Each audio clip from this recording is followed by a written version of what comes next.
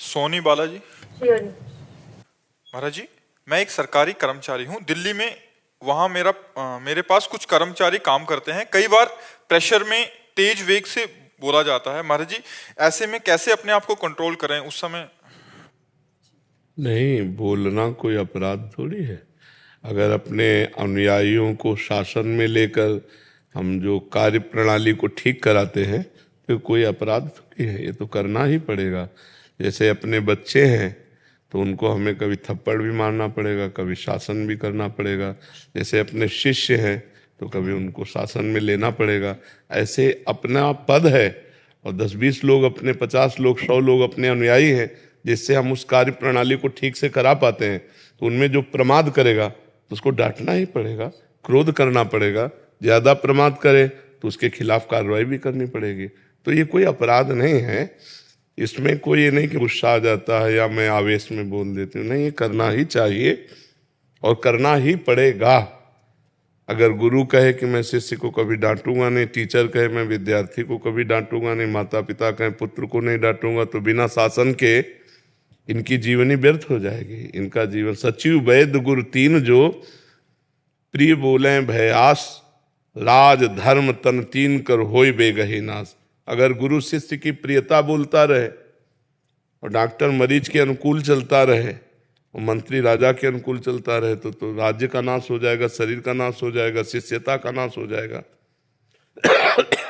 उसमें शासन की जरूरत होती है। अब हम रहे चाहे ना रहे, हमारा भय रहेगा सबको। यहाँ वाले पुलिस मैन जो है चोर से कहे तुम्हारे हाथ जोड़ता हूँ, पैर छूता हूँ, चोरी मत किया करो, बुरा आचरण है, वो मानेगा? अब वो सोचे कि यार डंडा मारना अपराध है, तो ऐसा नहीं है। डर जरूरी है। डर जरूरी। बिना भगवान के डर के और बिना धर्म के डर के और बिना शासन के डर के अभी राक्षसी भाव का तांडव हो जाए। डर है, डर है, तुम्हें भी डर है। कानून के खिलाफ करेंगे, डंडा बजेगा, आजीवन कारावास मिलेगा, ज्यादा गलती हो गई तो फांसी मिलेगी। बिना डर के अंदर एक राक्षस बैठा हुआ है, हम सब के अंदर।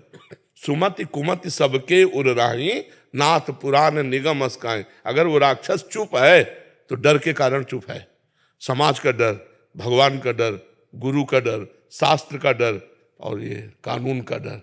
अगर ये डर है तो समाज डर के सुरक्षित है, और अगर डर ना हो तो अभी तांडव मच जाए राक्षसी भाव। डर की कोई सीमा तो नहीं? कैसे? तो अपराध की भी सीमा नहीं है ना।